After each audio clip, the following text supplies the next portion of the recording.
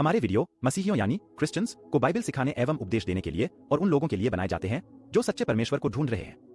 किसी अन्य धर्म की आलोचना करना या उसके अनुयायियों का अपमान करना हमारा उद्देश्य बिल्कुल नहीं है। लेकिन कई क्षेत्रों में बाइबल की शिक्षाएं अन्य धर्मों के साथ मेल नहीं खाती। इसलिए अगर किसी को बाइबल की शिक्षाओं से ठेस पहुंचती हो तो कृपया हमारे वीडियो न देखें। प्रभु आपको आशीष दे। Our videos are made to teach and preach the Bible to Christians and to those who are seeking the true God. It is not our intention to criticize or insult any other religion or its followers. But there are many areas in which the teachings of the Bible do not match with those of other religions. So if anyone is offended by the teachings of the Bible, please do not watch our videos. God bless you. Hallelujah. जैसे इस महीने हमने सुसमाचार के ऊपर पहले Sunday को बताया था, आज हम फिर उसी श्रृंखला को जारी रखेंगे।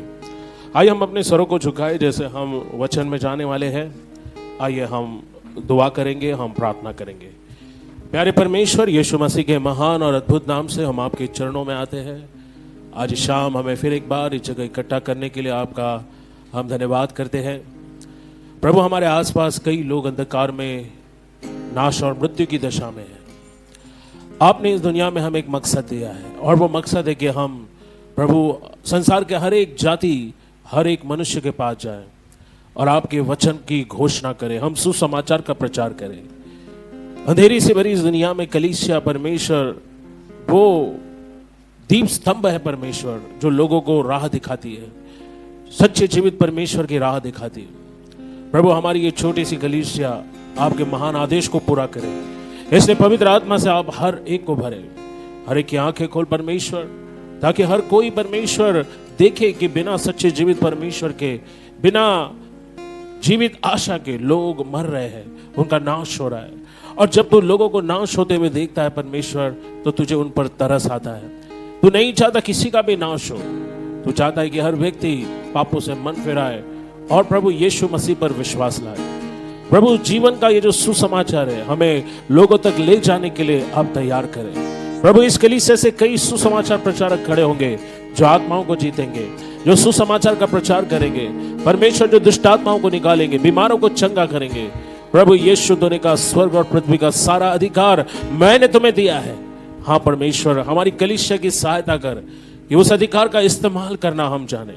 प्यारे परमेश्वर, इन अंतिम दिनों में जितने लोगों तक हो सकता है उतने लोगों तक हमें आपका सुसमाचार ले जाने के लिए मदद कर। आज की शाम जितने परिवार यहाँ पर आए, हम हर एक को आपके हाथों में देते हैं। हर एक के जीवन को छू ले, हर एक के जीवन को स्पर्श कर, हर एक के जीवन को आशीर्वादित कर। प्यारे परमेश्वर, हर एक का इस्तेमाल कर। जैसे वो सामरी स्त्री जब जल भरने के लिए कुएं पर आई, प्रभु जब उसने आपसे मुलाकात की, उसका जीवन बदल गया।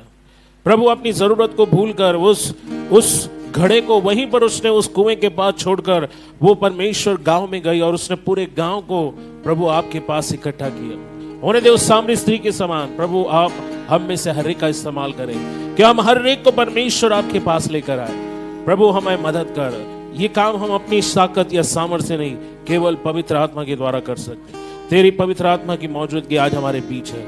इस पूरे सभागृह को आपके रक्त से हम ढक देते हैं। परमेश्वर, हर गड़बड़ी की आत्मा को हम बांधते हैं यीशु नासरी के नाम से।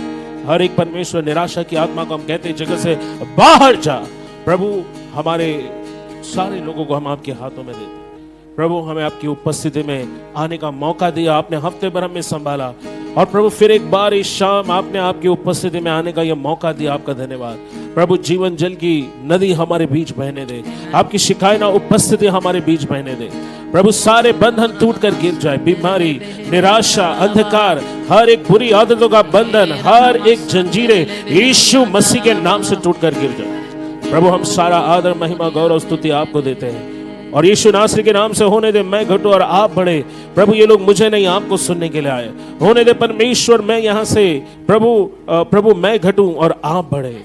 बोलने वाला मैं नहीं, आपका पवित्र आत्मा होने दे। प्रभु, शैतान के हर एक प्रयासों को, जो वचन को चुराने की है, हर गड़बड़ी की आत्मा को हम बांधते यीशु के नाम से। जितने छोटे बच्चे हैं प्रभु, वो शोर नहीं मचाएंगे, परंतु आपके स्वर्गदूत उन बच्चों की सेवकाई करेंगे। आपने कहा स्वर्ग का राज्य ऐसों का ही है जो बच्चों के समान उसमें प्रवेश करते हैं। प्रभु, हमें आपके बच्चे होने के लिए तू सहायता, मदद कर। धन्यवाद और स्तुति की भेंट हम तुझे देते आज की शाम। जो लोग हमारे बीच आए नहीं प्रभु, जो अभी भी अपने घरों में है, जो काफी दिनों से आपसे दूर है, उन पर दया कर, क्योंकि वक्त बीतता जा रहा है। यीशु मसीह के महान नाम से हम कहते हैं, आमीन। सभी लोग कहेंगे आमेन, हालेलुया, प्रेज द लॉर्ड। कितने लोगों के हाथों में बाइबल है? क्या मैं आपकी बाइबल देख सकता हूं क्विकली? ओके, जब भी आप चर्च आते हो अपने साथ बाइबल लेकर आए। आप किसी क्लब में नहीं आते हो, आप किसी होटल में नहीं, आप चर्च आते हो। आमीन। अपने पड़ोसी को बोलो बाइबल अपने साथ लेकर आए। कितने लोगों के पास बाइबल है यहाँ पर? क्या मैं आपकी बाइबल देख सकता हूँ? हालेलुया। यीशु ने कहा तुम सत्य को जानोगे और सत्य क्या करेगा? और सत्य क्या है? प्रभु का वचन। आइए मेरे साथ निकालिए लूका रचित सुसमाचार, उसका 8 अध्याय। लूका रचित सुसमाचार 8 अध्याय वचन 26 से हम 34 तक पढ़ेंगे, 34 और 35 तक। और मैं आपके लिए पढ़ना चाहूंगा। फिर वे गिरासिनियों के देश में पहुंचे जो उस पार गलील के सामने है। जब वो किनारे पर उतरा तो उस नगर का एक मनुष्य उसे मिला जिसमें दुष्टात्माएं थी, और बहुत दिनों से न तो वो कपड़े पहनता था और न घर में रहता था, वरन कब्रों में रहा करता था। वो यीशु को देखकर चिल्लाया और उसके सामने गिर के ऊंचे शब्द से कहा, हे परम प्रधान परमेश्वर के पुत्र यीशु, मुझ पर दया कर, मुझे तुझसे क्या काम? मैं तुझसे विनती करता हूं, मुझे पीड़ा न दे। क्योंकि वो उस अशुद्ध आत्मा को उस मनुष्य से निकलने की आज्ञा दे रहा था, इसलिए वो उस पर बार बार प्रबल होती थी।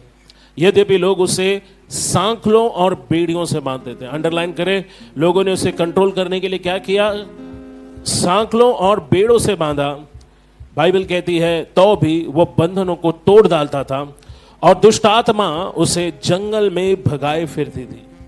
शायद ये व्यक्ति अपने घर में अपने परिवार के साथ रहता, लेकिन दुष्ट आत्माओं ने क्या किया? इस व्यक्ति को जंगल में सुनसान वीरान में लेकर गए। बाइबल कहती है लोगों ने बहुत कोशिश की उसे शांत करने की या उसे कंट्रोल करने की, लेकिन बाइबल कहती है कि वो सारे बंधनों को तोड़ देता था। वचन 30, यीशु ने फिर उससे पूछा, तेरा नाम क्या है? उसने कहा, सेना, क्योंकि बहुत सी दुष्ट आत्माएं उसमें बैठी थी। और वो उन्हें उससे विनती की, हमें अतः गड्ढे में जाने न दे। नोट करें, वचन 31 में लिखा है दुष्ट आत्माओं ने यीशु से विनती की। और वो किस बात की विनती कर रहे थे? कि हमें अतः कुंड में जाने की आज्ञा न दे। अतः कुंड क्या है? अधोलोक। हालेलुया। अधोलोक और सुखलोक के बीच एक सबसे गहरी खाई, सबसे गहरी, जहां जिसको हम नरक या पीड़ा का स्थान कहते हैं। अब देखो, नरक एक वास्तविक जगह है। नरक एक ऐसी जगह है जहां पर खुद दुष्टात्माएं भी जाने से घबराती।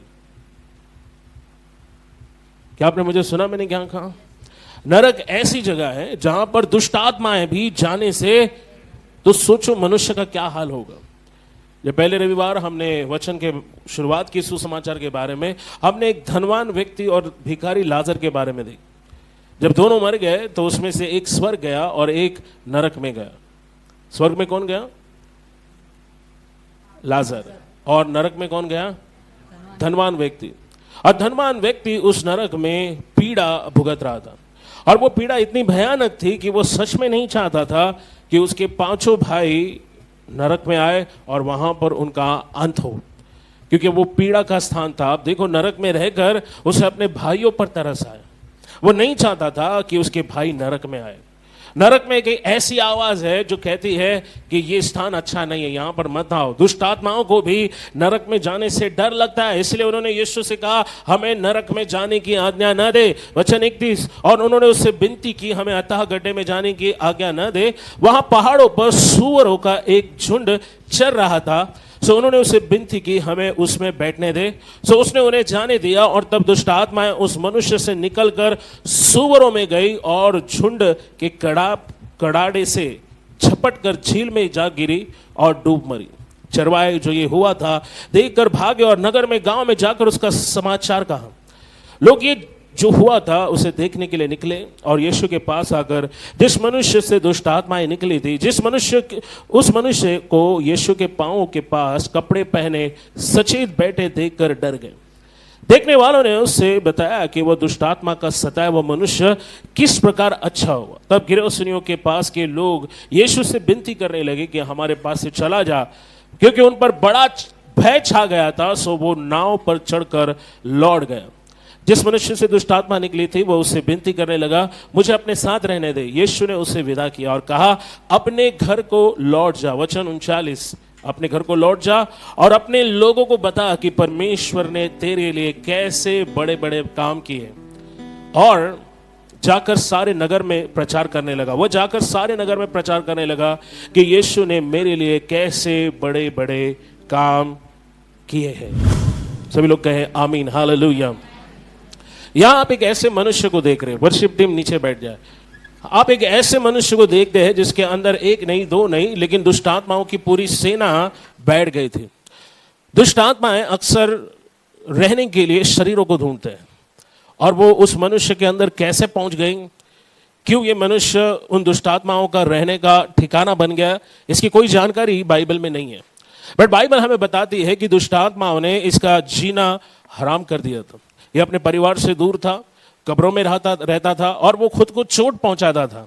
ओके, मानसिक रूप से वो विकृत हो गया था, क्योंकि जो भी समझदार या होश में है वो बिना कपड़ों के बाहर नहीं निकलेगा। लेकिन आप देखो, दुष्ट आत्माओं ने उसकी सोचने की शक्ति को भी क्या कर दिया, कंट्रोल कर दिया। और आप देखो, वो किसी से कंट्रोल नहीं होता था। लोगों ने उसे सांखलों और जंजीरों से बांधा था, लेकिन वो सबको तोड़ देता था। अब इस मनुष्य के साथ यीशु ने भलाई की। जब यीशु गेरासेनियों की झील के उस पार पहुंचा, तो सबसे पहले हम देखते हैं कि ये मनुष्य पत्थर उठाते हुए यीशु के पास दौड़ते हुए आया। और जब वो यीशु के पास आया, यीशु ने उस दुष्ट आत्मा को आदेश दिया, उसमें से क्या करो, बाहर निकलो। यीशु ने उससे उनका नाम पूछा, उन्होंने कहा हमारा नाम सेना है और हम बहुत सारे। और तब उन्होंने यीशु से विनती की कि हमें हथा कुंड में जाने न दे, लेकिन सुअरों का एक झुंड है। यीशु मसीह की जो झुंड है उसको हम कलीसिया कहते हैं, और वो भेड़ों से बना हुआ है। आप देखो, बाइबल में सुअर अशुद्ध प्राणी है। बाइबल में सुअर पाप का प्रतीक है। पुराने नियम में सुअर खाने से परमेश्वर ने मना किया है, लेकिन नए नियम में परमेश्वर कहता है जो कुछ मैंने बनाया उसमें से कुछ भी अशुद्ध नहीं है। बट यहाँ हम देखते हैं कि दुष्ट आत्माओं ने सुअरों में बैठने का निर्णय किया, और ये सुअर में जब दुष्ट आत्मा समा गई तो वो एक एक करके पहाड़ की चोटी से समंदर में जाकर गिर पड़े। दुष्ट आत्माओं का एक ही उद्देश्य है, दुष्ट आत्माएं आती हैं ताकि लोगों का नाश करें। आप दुष्ट आत्माओं के लिए अपने जीवन के दरवाजे खोल सकते हो। क्या आपको मालूम है आपके जीवन में प्रवेश करने के कुछ द्वार है, जैसे आपकी आंखें, आपका मुंह, आपके कान, आप जो सोचते हो उसके द्वारा आप दुष्ट आत्माओं को अपने जीवन में आने का निमंत्रण दे सकते हो। इसलिए हर दिन आपको प्रार्थना करना बहुत जरूरी है, परमेश्वर के साथ संगति करना बहुत जरूरी है। ऐसी चीजें मत करो जिससे दुष्ट आत्माओं को आपके जीवन में आने का मौका मिले। ऐसी चीजें मत देखो जिससे दुष्ट आत्माएं आसानी से आपकी सोच विचारों को अपने बस में कर सकता है। ओके, जब आप परमेश्वर के करीब होंगे तो कोई दुष्ट आत्मा आपके नजदीक नहीं आएगा। अब ध्यान दीजिए, यहाँ पर या तो आप परमेश्वर के आत्मा के मंदिर बन सकते हैं, या फिर आप दुष्ट आत्माओं का ठिकाना बन सकते हैं। आप देखो, जब ये व्यक्ति ने चंगाई पाई, उद्धार पाया, तब उसने यीशु से कहा कि मुझे भी अपने साथ आने की अनुमति दे, लेकिन यीशु ने ऐसा नहीं किया। यीशु ने उससे कहा जा, अपने घर लौट जा। शायद उसे, उसके परिवार को उसकी जरूरत थी। काफी दिन से वो अपने घर से दूर था, अपने परिवार से दूर था। शैतान नहीं चाहता था कि वो अपने परिवार के साथ मिला रहे। और आप देखो, ये व्यक्ति जब होश में आया, सबसे पहली चीज जो यीशु ने कहा कि जा, अपने घर लौट जा। और बाइबल कहती जा, अपने लोगों के बीच में जाकर गवाही दे कि परमेश्वर ने तेरे लिए कैसे बड़े बड़े काम किए। वो जाकर सारे नगर में प्रचार करने लगा कि यीशु ने मेरे लिए कैसे बड़े बड़े काम किए। अब ये व्यक्ति जो है, उसे आप अपनी जगह पर रख कर देखो। यहाँ पर लगभग जितने लोग बैठे हैं उन सब के जीवन में यीशु ने कुछ चमत्कारिक काम किए जिसके द्वारा आपका जीवन बच गया। शायद कुछ लोग बीमार थे जब आप यीशु को नहीं मानते थे, लेकिन जब आप यीशु के पास आए, यीशु ने आपको बीमारी से छुटकारा दी। शायद कुछ लोग दुष्ट आत्माओं से पीड़ित थे, जब आप यीशु के पास आए, यीशु ने आपको दुष्ट आत्मा से छुटकारा दिया। शायद आप गरीब थे, कंगाल थे, शायद आप बदहाली में थे, लेकिन जब यीशु के पास आप आए, यीशु ने आपकी जिंदगी बदल ली। यहाँ पर ऐसे बहुत सारे लोग बैठे जिनके पास दुनिया को बताने के लिए गवाही है। यीशु ने कहा जब पवित्र आत्मा तुम पर आएगा, तुम मेरे क्या बनोगे? गवाह बनोगे। एक गवाह वो होता है जो अपने जीवन से गवाही देता है, जो उसने देखा है, सुना है। और मुझे नहीं लगता कि यहाँ पर एक भी ऐसा व्यक्ति होगा जिसने परमेश्वर के कार्य को नहीं देखा है। क्या कोई है यहाँ पर जिसने परमेश्वर के कार्य को नहीं देखा है? कितने लोग यहाँ पर जिन्होंने कभी परमेश्वर से चंगाई पाई, छुटकारा पाया, आशीर्वाद पाया? कितने लोग यहाँ पर? एक भी लोग नहीं है क्या? प्रॉब्लम यह है कि हम सब बहुत जल्दी परमेश्वर के कामों को भूल जाते हैं। इस मनुष्य ने याद रखा कि यीशु ने मेरे लिए क्या किया। अगर यीशु उसके जीवन में नहीं आता तो शायद उन सोवरों की जगह पर यह आदमी डूब कर मर जाता। आज संसार में कई लोग हैं जो दुष्ट आत्माओं से ग्रसित है और दुष्ट आत्मा उनको बिल्डिंग की ऊंचाइयों पर ले जा रही है ताकि वहां से वो छलांग लगाए और अपने आप को मार डाले। दुष्ट आत्माएं कुछ लोगों को ट्रेन की पटरी पर ले जाता है ताकि वो ट्रेन के आगे खड़े हो जाए और वो अपनी जीवन लीला को समाप्त करे।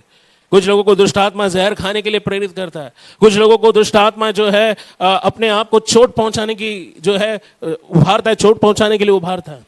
कुछ लोगों को दुष्ट आत्मा गलत आदतों में, गलत संबंधों में और पाप के जीवन में ढकेल देता है, जिसके कारण आज नहीं तो कल आगे जाकर उनका जीवन नष्ट होगा। बट हम बाइबल में पढ़ते परमेश्वर ऐसा परमेश्वर है जो किसी भी व्यक्ति के मरने से खुश नहीं होता। बाइबल कहती है यूहन्ना में कि उसने जगत से ऐसा प्रेम किया कि उसने अपने एक लौते पुत्र यीशु मसीह को इस जगत में भेजा। मेरे साथ निकालिए मत्ती 9 अध्याय उसका 35 से 38 वचन। और उनके आराधनालयों में उपदेश करता और राज्य का सुसमाचार प्रचार करता और हर प्रकार की बीमारी और दुर्बलता को दूर करता रहा। जब उसने भीड़ को देखा उसको लोगों पर तरस आया। और तब उसे लोगों पर क्या आया? तरस आया, क्योंकि वे उन भेड़ों के समान थे जिनका कोई रखवाला न हो, व्याकुल और भटके हुए से थे। तब उसने अपने चेलों से कहा, पक्के खेत तो बहुत हैं पर मजदूर थोड़े ही हैं, इसलिए खेत के स्वामी से विनती करो कि वह अपने खेत काटने के लिए मजदूर भेज दे। सो यहाँ हम देखते हैं कि यीशु ने प्रार्थना की। उसने कहा कि फसल का जो स्वामी है तुम क्या करो? प्रार्थना करो कि वो किसे भेजे? मजदूर को भेजे। सवाल ये है कि मजदूर कहाँ है? आप देखो सुसमाचार प्रचार का कोई नतीजा सामने नहीं आता है क्योंकि सुसमाचार देने के लिए मजदूर जो है वो उपलब्ध नहीं है। यीशु ने इस जगत के हालात को एक अलग ही दृष्टिकोण से देखा। उसने कहा फसल पक चुकी है, कटने के लिए तैयार है। यूहन्ना 4 अध्याय 35 वचन को अगर आप देखो तो आप देखो उसने गेहूं के फसल का उदाहरण दिया। उसने लोगों तक पहुंचने में सबसे बड़ी जो बाधा है उसे देखा, और वो बाधा क्या है? वो बाधा था मजदूरों की कमी। इसलिए आज सबसे बड़ा सवाल ये है कि वो मजदूर कहाँ है? क्योंकि बिना मजदूरों के चाहे हमारे पास कितनी भी बड़ी योजना हो, दर्शन हो, सपना हो, वो सिर्फ एक कल्पना ही रह जाता है। यदि उसे हासिल करने के लिए मजदूर नहीं है तो हम कभी भी कोई भी दर्शन पूरा नहीं कर सकते। चाहे आपके पास काफी मात्रा में पैसा हो, ओके, आपके पास योजना है, संसाधन है, सामग्री है, लेकिन मजदूर नहीं है तो आप कभी भी उस योजना में सफल नहीं होंगे। यीशु इस बात को अच्छी तरह जानता था, इसलिए वो अपने चेलों को गेहूं के खेत के पास लेकर गए और उसने उस भाषा में उनसे बात की जो उस समय लोगों को बहुत आसानी से समझ में आ सकते थे। यीशु ने अक्सर जो दृष्टांत दिए उसमें उसने हर दिन के जीवन में जो घटनाएं होती थी उसका जिक्र किया ताकि लोग उसकी बातों को अच्छे से समझ सके। उसने संसार के लोगों को उस खेती की उपमा दी जो उद्धार पाने के लिए तैयार थे, बस कमी थी तो मजदूरों की। हम देखते हैं वो कहता है कि लोगों को बचाने के उद्देश्य से हमारा प्रभु लोगों के बीच गया। जहां लोग थे वो नगर नगर में गया, गांव गांव में गया और वो उनकी सभाओं में उपदेश देता गया, सुसमाचार प्रचार करता गया, हर प्रकार की दुर्बलता, बीमारी दूर करता गया। आप देखो यीशु ने जब सुसमाचार के लिए चेलों को भेजा, उसने कहा तुम जाओ मेरे नाम से दुष्ट आत्माओं को निकालो, बीमारों को चंगा करो। जब हम सुसमाचार प्रचार करते हैं तो सुसमाचार के साथ सामर्थ के काम भी होते हैं। अगर आप सुसमाचार प्रचार नहीं करेंगे तो सामर्थ का काम नहीं होगा। हर प्रकार की दुर्बलता, बीमारी को वो दूर करता रहा। वचन 36 में हम देखते हैं जब उसने लोगों को देखा तो उसे लोगों पर तरस आया। इसका अर्थ है कि वो अपने अंदर गहरे स्तर तक व्याकुल हुआ, मानो वास्तव में उन्हें देखकर वो बहुत दुखी हुआ। आज हम लोगों को नाश होते हुए देखते हैं। सच्चे परमेश्वर के बच्चों को जब हम मौत के मुंह में जाते हुए देखते हैं तो क्या हमें उस पर तरस आता है? हमें लोगों पर तरस सिर्फ तभी आएगा जब हम लोगों को उसी तरह देखेंगे जैसे यीशु लोगों को देखता है। यीशु ने ऐसे भेड़ों की तरह देखा जिनका कोई रखवाला न हो, जो व्याकुल थे, सताए गए थे, भटके हुए थे। उसने मानव जाति के सताव और पीड़ा को देखा। उसने असहाय चोट खाए हुए लोगों को देखा। उसने उनकी गलतियों को नहीं देखा, उनकी बुराइयों को नहीं देखा, उसने उनकी जरूरत को देखा। यीशु ने उनके पाप को नहीं देखा, यीशु ने उनकी बुरी आदतों को नहीं देखा। यीशु ने देखा कि वो ऐसी भेड़ें थी जो भटक गई थी, जिसका कोई रखवाला ना हो। यही फर्क है यीशु के देखने में और हमारे देखने में। जब भी हम लोगों को देखते हैं तो हम देखते हैं अरे ये बेवड़ा है, ये शराबी है, अरे ये गर्दुल्ला है, अरे ये जुआ खेलता है, ये जुआरी है। बट हम ये नहीं देखते कि ये ऐसा व्यक्ति है जिसको अगर सच्चे जीवित एकमात्र परमेश्वर के बारे में न बताए तो ये अनंत काल के लिए आग की भट्टी में, नरक में इसकी आत्मा का नाश हो सकता है। यीशु ने पीड़ा को देखा, उसने असहाय चोट खाए हुए लोगों को देखा, उसने उनकी गलतियों को नहीं देखा, बुराइयों को नहीं देखा, लेकिन उसने जरूरत को देखा। जब हम लोगों को देखते हैं तो हमें कोई खास फर्क नहीं पड़ता, क्योंकि संसार में जो लोग नाश हो रहे हैं वो कोई हमारे रिश्तेदार नहीं है। हेलो, मैं किन से बात कर रहा हूं? हमें लोगों पे तरस इसलिए नहीं आता क्योंकि हमारा संसार के लोगों के साथ कोई लेना देना नहीं है।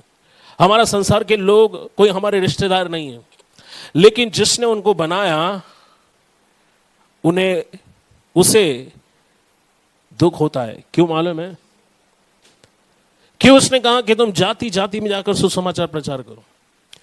क्योंकि जब वो देखता है कि उसके स्वरूप और समानता में बनाए गए मनुष्य नरक में जाने वाले हैं तो इससे पिता का दिल टूट जाता है। पिता नहीं चाहता कि उसकी कोई भी संतान नरक में जाए। नरक मनुष्य के लिए नहीं बनाया गया। आपने देखा कि नरक में जाने से दुष्ट आत्माएं भी घबराते हैं। सोचो जब मनुष्य नरक जाएगा तो उसका क्या होगा। आज दोपहर को मैंने चर्च के ग्रुप में एक वीडियो शेयर किया, मुझे नहीं मालूम कितने लोगों ने देखा। ओके, आज आपके पास मौका है चर्च में आने का, लेकिन कई लोग घर में बैठते हैं, कई लोग प्रभु को स्थान नहीं देते। एक टाइम ऐसा आएगा जब आप ढूंढ कर भी परमेश्वर को नहीं ढूंढ पाओगे, जब आप रोगे लेकिन आपकी सुनी नहीं जाएगी। इसलिए आज जो समय आपके पास है, जो मौका आपको दिया गया है, उसको हाथ से जाने मत दो। एक ही जीवन है हमारे पास। ये जीवन या तो आप खुद के लिए जी सकते हैं या आप परमेश्वर की आज्ञा मानकर जी सकते हैं। आप देखो, जब यीशु ने लोगों को देखा तो उस पर तरस आया, क्योंकि ये वो लोग थे जिनका कोई रखवाला नहीं था। जब हम लोगों को देखते हैं तो हमें कोई खास फर्क नहीं पड़ता, क्योंकि संसार में जो लोग नाश हो रहे वो हमारे रिश्तेदार नहीं है। उन्हें देखकर हमें तरस नहीं आता। रास्ते पर पड़ा बीमार लाचार बच्चों को देखकर हमें शायद कोई फर्क ना पड़े। अगर वो वास्तव में हमारा बच्चा होता, हमारा हृदय तरस से भर जाता। परमेश्वर दया से उसका दिल टूट जाता है, क्योंकि परमेश्वर जब देखता है कि एक व्यक्ति बिना कपड़ों के घूम रहा है, एक व्यक्ति बुरी नशे की आदत से लड़ रहा है। आप देखो, दुष्ट आत्माओं का एक ही लक्ष्य है, वो मनुष्य जाति का नाश करना चाहते हैं। आप देखो, यीशु को लोगों पर तरस आया। उसने एक कोढ़ी को देखा तो उनके अकेलेपन को देखा, पीड़ा को देखा, तिरस्कार को देखा। उसने जब एक मनुष्य को देखा जिसकी बेटी मर चुकी, तब उसने उस दुख को, टूटेपन को, उस पीड़ा को देखा। जब यीशु ने एक पापी स्त्री को देखा तो उसे न्याय के दृष्टिकोण से नहीं देखा, परंतु प्रेम, दया और क्षमा की दृष्टि से देखा। जो लोग उस स्त्री को मारने के लिए इकट्ठे हुए, जब यीशु ने कहा जिसने पाप नहीं किया है पहला पत्थर वही मारे, तो सभी लोग उस स्त्री को छोड़कर चले गए। यीशु ने उस स्त्री से कहा, कहाँ गए वो लोग जो तुझे मारने आए थे? उसने कहा वो सब अपने घर चले गए। यीशु ने कहा तू भी जा और फिर पाप ना कर।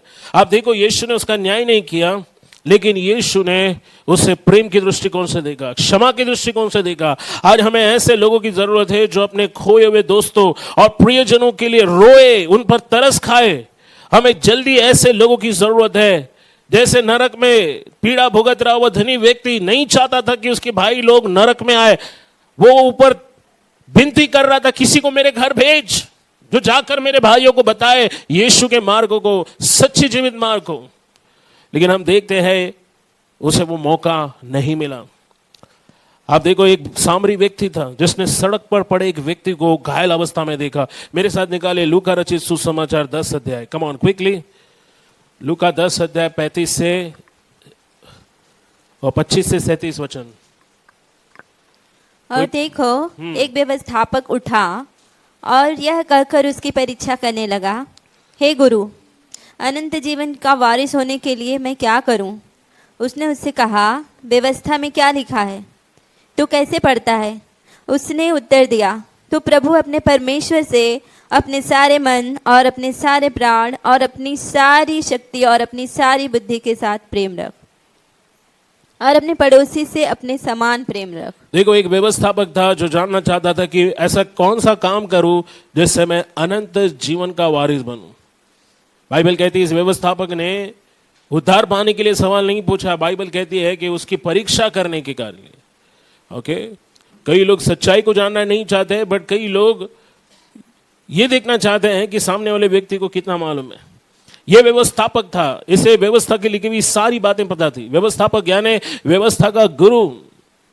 उसने बचपन से लेकर बड़े होने तक व्यवस्था की हर एक बात उसने अच्छी तरह से पढ़ लिखी थी, याद कर लिखी थी, लेकिन फिर भी वो यीशु से सवाल करता है कि कौन सा अच्छा काम करने से मैं अनंत जीवन का वारिस बन सकता हूं। वचन 26, उसने उससे कहा व्यवस्था में क्या लिखा है, तू कैसे पढ़ता है। आज आपके हाथ में बाइबल है, आप उसे कैसे पढ़ते हैं, एक सबसे बड़ा सवाल है। कई लोग बाइबल को तकिए के नीचे रखकर सोते हैं, सोचते हैं कि बाइबल को तकिए के नीचे रखने से दिमाग शांत रहेगा। हेलो, बाइबल आपको तकिए के नीचे रखने के लिए नहीं, आपको दिमाग में उतारने के लिए, मन में उतारने के लिए दिया गया। इसको पढ़ो। बाइबल आपको अलमारी में रखने के लिए नहीं दिया गया है, बाइबल आपको बस्ते में रखने के लिए नहीं दिया गया है। बाइबल उठाओ, पढ़ो, क्योंकि बाइबल जीवन की पुस्तक है। बाइबल आपको सिखाती है अनंत काल के लिए कैसे अपने आप को तैयार करना है। तो यीशु ने इस व्यवस्थापक से पूछा, तू कैसे पढ़ता है। उसने उत्तर दिया, प्रभु अपने परमेश्वर से अपने सारे मन, सभी लोग बोलो सारे मन, सारे प्राण और सारी शक्ति से और सारी बुद्धि से प्रेम रख, और अपने पड़ोसी से क्या कर, अपने पड़ोसी की बुराई कर। क्या लिखा है बाइबल में? नहीं, अपने पड़ोसी से क्या कर, बदला ले। अपने पड़ोसी को क्या कर, झगड़ा कर, गाली दे, ऐसा लिखा है। सुनो, बाइबल में लिखी हुई बातें हर कोई पढ़ सकता है, लेकिन क्या उसको आप जीकर दिखा सकते हैं? यीशु ने किसी बुद्धिमान का जो बाइबल पढ़ता है या उसमें चलता है। हेलो, कितने लोगों ने बाइबल में पढ़ा है? बुद्धिमान व्यक्ति कौन है? जो सिर्फ सुनता है या उस पर चलता है। देखो, आज आपके घर के लोग अगर यीशु को नहीं मानते हैं, एक दिन वो नरक जाएंगे, बट उसके लिए जिम्मेदार कौन है मालूम है? क्योंकि हम बाइबल पढ़ते हैं, बाइबल का प्रचार करते हैं, लेकिन बाइबल के अनुसार जीवन नहीं जीते। जिस दिन हमने बाइबल के अनुसार जीवन जीना सीख ला या शुरू कर दिया, मैं आपको बोलता हूं आपके घर के सभी लोग प्रभु में आएंगे। आपको उनके लिए प्रार्थना करना है, उनके लिए एक अच्छा उदाहरण बनना है। यहां दो बड़ी आज्ञा है। सबसे पहली आज्ञा क्या है? अपने परमेश्वर से क्या कर। कितने लोग परमेश्वर से प्रेम करते हैं? यीशु ने कहा अगर तुम मुझसे प्रेम करते हो तो तुम क्या करोगे? हेलो, क्या करोगे? प्रभु तू दशमांश देने बोल, मैं दूंगा, माफ करने मत बोलना। तुझे नहीं मालूम मेरी सास कितनी खतरनाक है। क्या आपने परमेश्वर की आज्ञा मानी? हेलो, क्या आपको मालूम है कई बार आपके जीवन में परमेश्वर ऐसे लोगों को लेकर आएगा जो आपको कांटा चुभाएंगे, जो आपको सच्चाई से वाकिफ करेंगे, जो आपको सच्चाई से आपका परिचय कराएंगे। परमेश्वर से प्रेम करने का दावा करते हैं, लेकिन उसकी बातें मानने से इनकार करते हैं, तो हम सच बोल रहे हैं या झूठ बोल रहे हैं? हेलो, क्या बाइबल पढ़ने से आप धर्मी होंगे? क्या आप हाउस ग्रुप जाने से धर्मी होंगे? क्या आप मीटिंग जाने से धर्मी होंगे? फिर कैसे धर्मी ठहरेंगे? हाँ, हेलो, बताइए, क्या आप उसकी आज्ञा मानने से धर्मी ठहरेंगे या चर्च जाने से धर्मी ठहरेंगे? चर्च कोई भी जा सकता है, वचन कोई भी सुन सकता है, लेकिन सुनकर वचन पर चलने वाला ही धर्मी कहलाएगा। हालेलुया। दो सबसे बड़ी आज्ञा, अगर आपने ये दो आज्ञा मानी तो आपने पूरी बाइबल को पूरा कर लिया। क्या है दो बड़ी आज्ञा? अपने परमेश्वर से क्या कर। कैसे करना है प्रेम? मुंह से नहीं, शब्दों से नहीं, क्योंकि यीशु कहता है ये होठों से तो मुझसे प्रेम करते हैं, लेकिन इनका दिल, इनका मन मुझसे कोसों दूर है। Hallelujah, hallelujah. सुनो, यहां पर परमेश्वर कहता है कैसे प्रेम करो? मुंह से, शब्दों से, हाथ उठाकर हालेलुया, उपवास रखकर, मॉर्निंग प्रेयर वॉक में आकर, ये सारी बातें अच्छी है, लेकिन परमेश्वर क्या चाहता है कि हम उसकी आज्ञा माने। परमेश्वर कहता है अपनी सारी बुद्धि से, प्राण से, शक्ति से क्या कर, और दूसरी आज्ञा क्या है, अपने। अब ये व्यवस्थक ने बोला मैंने ये सारी आज्ञा बचपन से मान लिया, अभी क्या करूं, मुझ में क्या कमी है। देखो वचन में क्या लिखा है, पढ़ो आगे, लूका 10। उसने उससे कहा तूने ठीक उत्तर दिया, यही कर तो तू जीवित रहेगा। हाँ यही कर, ये दो चीजें अगर तुम करते हो तुम जीवित रहोगे। परंतु उसने अपने आप को धर्मी ठहराने की इच्छा से यीशु से पूछा तू मेरा पड़ोसी कौन है। दूसरी आज्ञा क्या है, अपने पड़ोसी से क्या करना है, कैसे प्रेम रखना है, अपने समान यानी कैसे आप अपने आप को प्यार करते हो। यस, इसके लिए आप सुबह स्नान करते हो, आप व्यायाम करते हो, अच्छा भोजन करते हो, हालेलुया। आप अपने आप से प्रेम करते हो, इसलिए आप क्या करते हो, समय पर दवाई लेते हो, आप अपना ख्याल रखते हो, समय पर सोने जाते हो। सॉरी, आजकल लोग 3 बजे के बाद सोते हैं। क्यों, हाथ में क्या होता है। आज मैंने एक वीडियो देखा कि मोबाइल साथ में रख के सोना खतरनाक है, क्योंकि कभी भी आपका मोबाइल दूर रखो, बाइबल साथ में रखो। हालेलुया। बाइबल पढ़ के, बाइबल साथ में रख के सो, कुछ प्रॉब्लम नहीं है। अगर मोबाइल साथ में रख के सोया ना,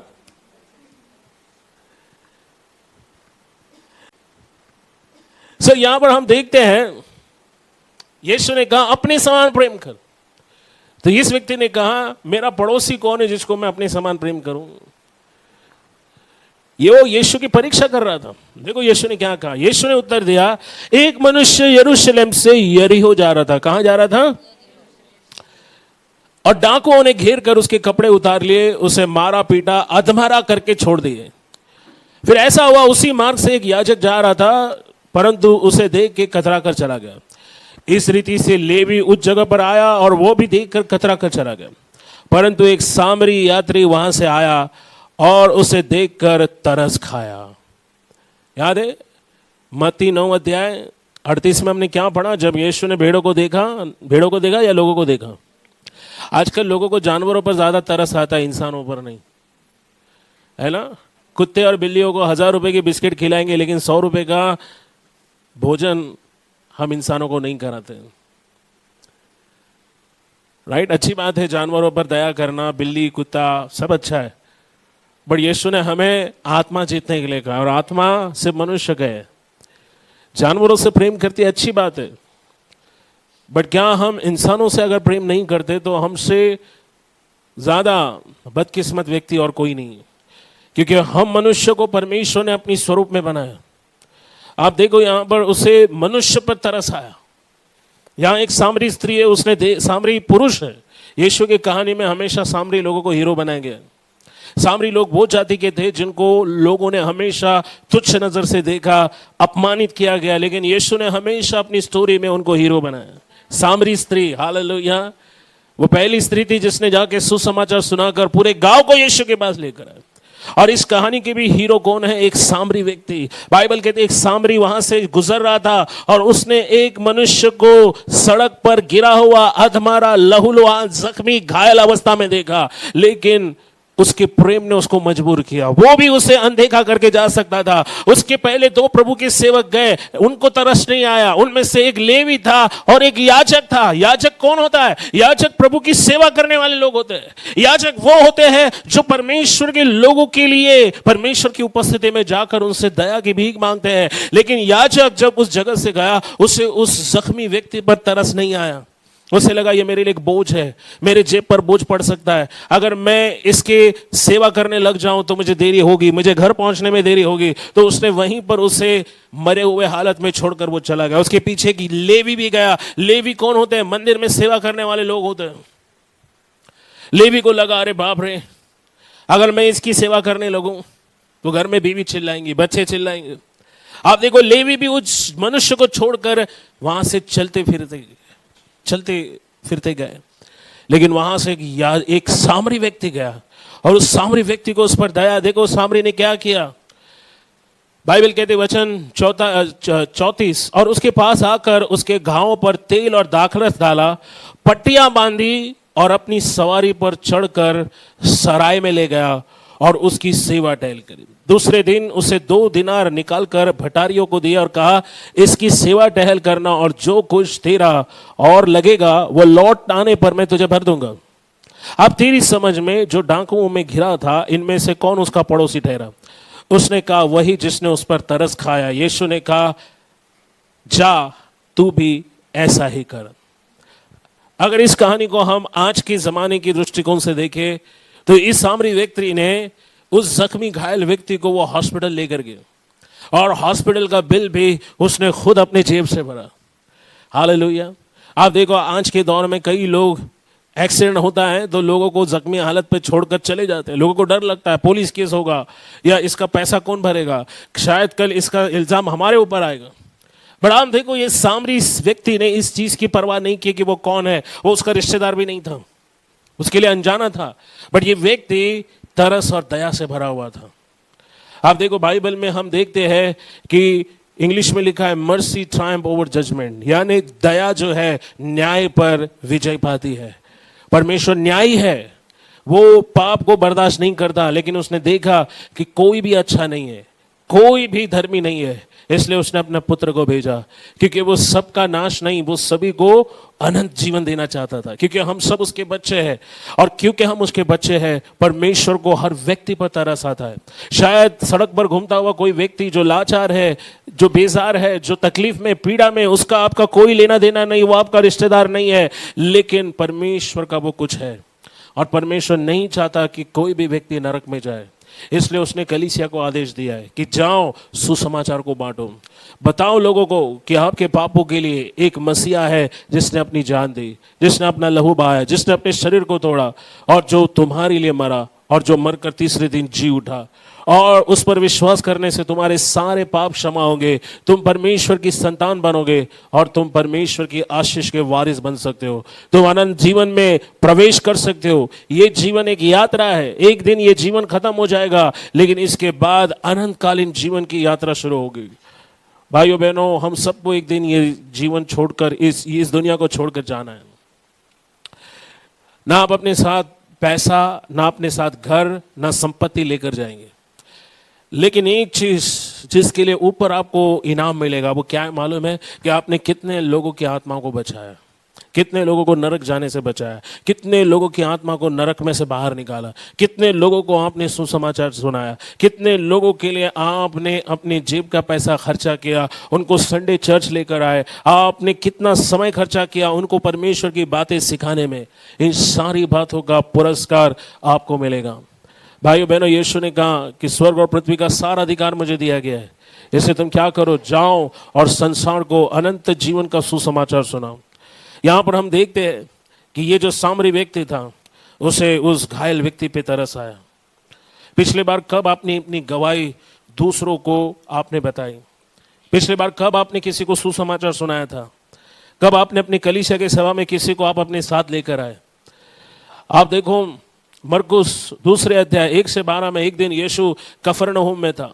यीशु लोगों की जिंदगी बदल रहा था। लोग यीशु के पास परमेश्वर का वचन सुनने के लिए आ रहे थे, लंगड़े चल रहे थे, अंधे देख रहे थे। लोग यहाँ तक इकट्ठा होने लगे कि वह कमरा जहाँ यीशु वचन सुना रहा था वह भी छोटा पड़ने लगा। द्वार तक लोग आकर इकट्ठे हो गए, लोगों को बैठने की जगह नहीं थी। मुझे यकीन है कि हमारी कलीसिया के लिए भी एक दिन ऐसा आएगा जब यहां पर भी बैठने के लिए जगह नहीं होगी। हालेलुया।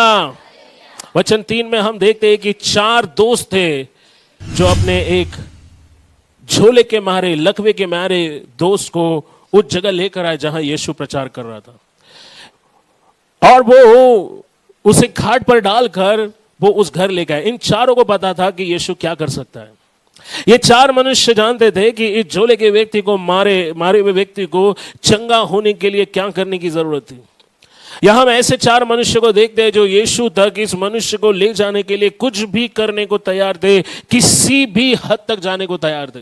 यहां तक कि वो किसी के घर की छत पर चढ़ गए, उन्होंने छत को खोला और हम देखते हैं कि उसने अपने बीमार दोस्त को क्या किया? अब कल्पना कर सकते हैं, लोग घर में अंदर आने के लिए दरवाजे का इस्तेमाल करते, लेकिन इन्होंने अपने दोस्त को जब देखा कि वहां जाने के लिए जगह नहीं है, तो उन्होंने उस घर की छत को ही क्या कर दिया, इसे कहते हैं एक और अधिक मील चलना। मुझे बताइए, किसी के लिए कौन किसके घर पर चढ़ सकता है क्या? हाँ, आप सोचो, ये जो 4 व्यक्ति थे, शायद ये मनुष्य ने उनके जीवन पर कुछ ऐसा प्रभाव डाला होगा कि ये 4 मनुष्य उस एक बीमार व्यक्ति के लिए किसी और के घर की छत पर चढ़ गए। उन्होंने किसी और के घर की छत को क्या किया, तोड़ दिया, और उस जगह से उन्होंने यीशु जहां प्रचार कर रहा था, खड़ा था, ठीक यीशु के सामने उन्होंने उस व्यक्ति को नीचे भेजा। यीशु ने उनके विश्वास को देखा और यीशु ने कहा, तुम्हारे विश्वास के जैसा हो। या हम ऐसे 4 मनुष्य को देखते हैं जो यीशु तक इस मनुष्य को ले जाने के लिए किसी भी हद तक जाने के लिए तैयार थे। या हम उनमें मदद करने के गुण को, योगदान करने के गुण को देखते हैं। पिछली बार कब आपने किसी को यीशु के बारे में बताया, यीशु के पास लेकर आए? या पिछली बार कब आपने दूसरों को कलीसिया के सभा की जानकारी दी? जब भीड़ के कारण वो यीशु के निकट नहीं पहुंच पा रहे थे, तब उन्होंने हार नहीं मानी, उन्होंने हिसाब जोड़ लिया, क्या सबसे जरूरी, इस मनुष्य की चंगाई या छत के कौले? उन लोगों ने हिसाब लगाया, ये मनुष्य अच्छा होना चाहिए या घर के जो कौले हैं, कौले मालूम है ना? हाँ, उन दिनों में जो छत हुआ करते थे, या तो उससे घास की छत बनाई जाती थी या फिर उस पर कौले रखे जाते थे।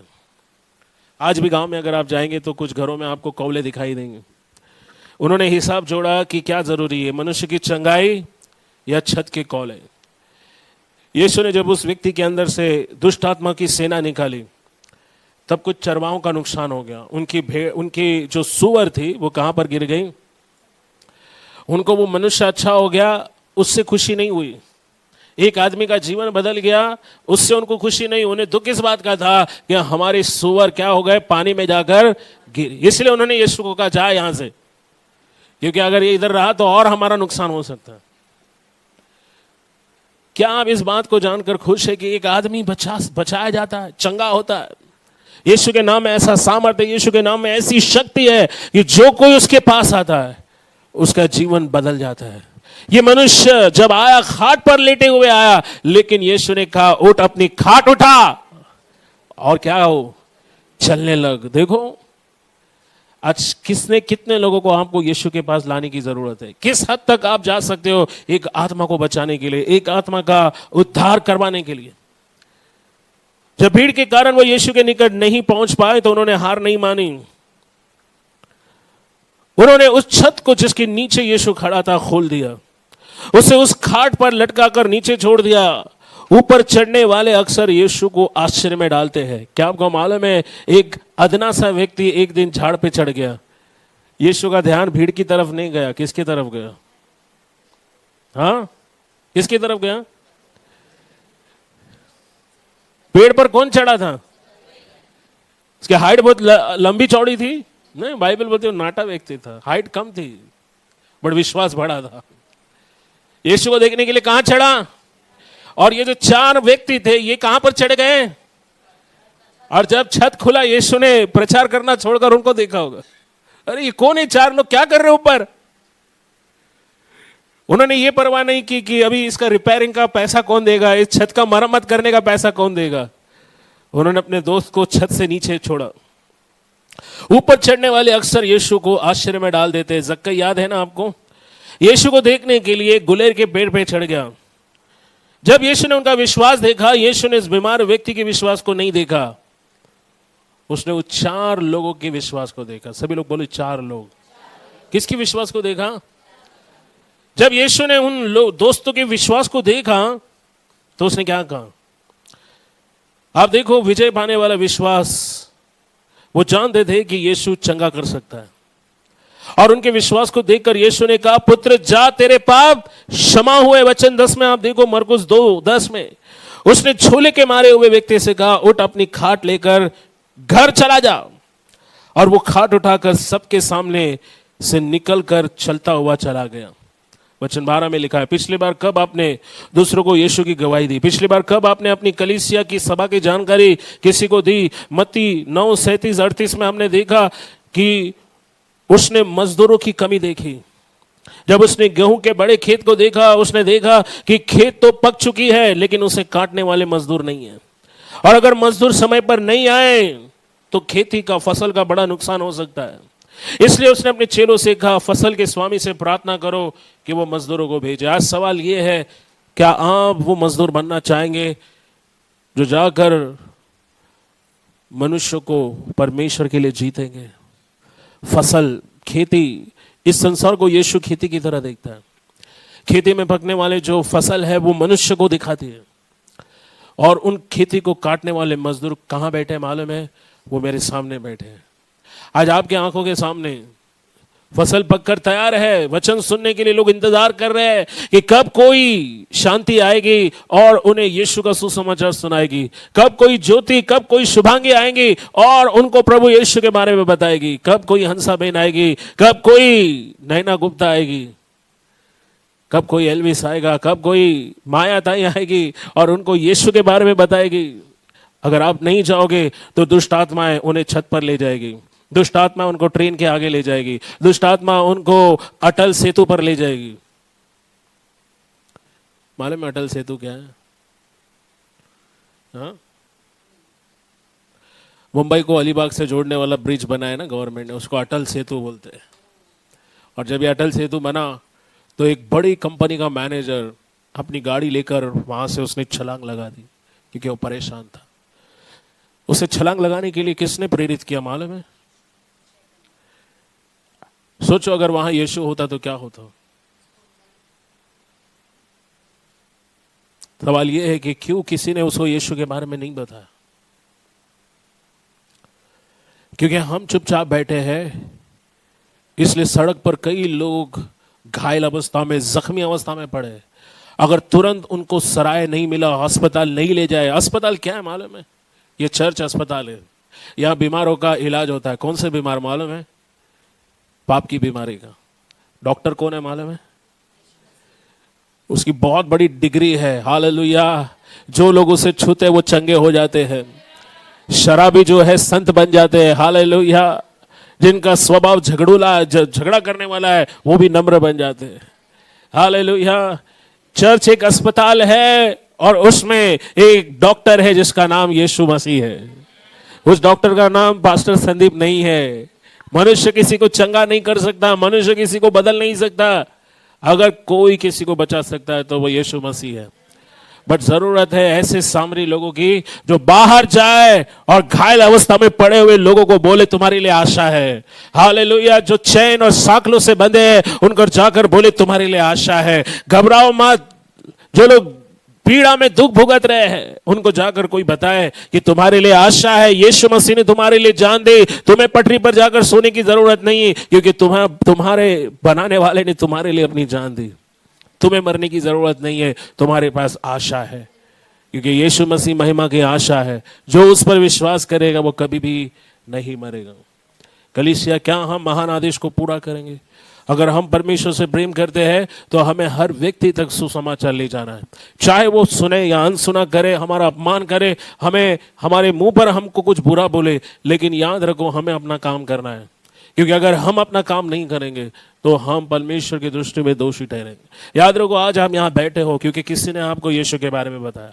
अगर वो कोई व्यक्ति नहीं होता जिसने आपको यीशु के बारे में नहीं बताया होता तो शायद आज आप संसार के अंधकार में कहीं खो जाते। मुझे किसी ने कई सालों पहले यीशु का सुसमाचार सुना। एक बूढ़ी स्त्री मेरे घर आई जिसने यीशु के प्रेम के बारे में मुझे बताया, और सिर्फ प्रेम के बारे में बताया नहीं, लेकिन मुझे वो प्रेम दिखाया। मुझे वो प्रेम किसी में नहीं दिखाई दिया, इसलिए मुझे उनके घर जाना अच्छा लगा। मैं हाउस ग्रुप जाने लगा। जब मैं छोटा था, मेरी उम्र शायद 12 या 13 साल की थी, तब मैंने यीशु का मार्ग जाना। मैं यीशु को समझने लगा, बड़ा हुआ, और आज मैं आपके बीच खड़े होकर प्रभु का वचन प्रचार कर रहा हूं। शायद आप किसी एक खोए हुए व्यक्ति तक जाएंगे जो कल मुंबई का सबसे बड़ा प्रचारक बन सकता है। अगला पौलुस, अगला तीमुथियुस आपका इंतजार कर रहे हैं कि कब आप जाए और उनको प्रभु यीशु के बारे में बताएं। यीशु मसीह धर्म को बनाने नहीं, वो मनुष्य को बचाने के लिए आया।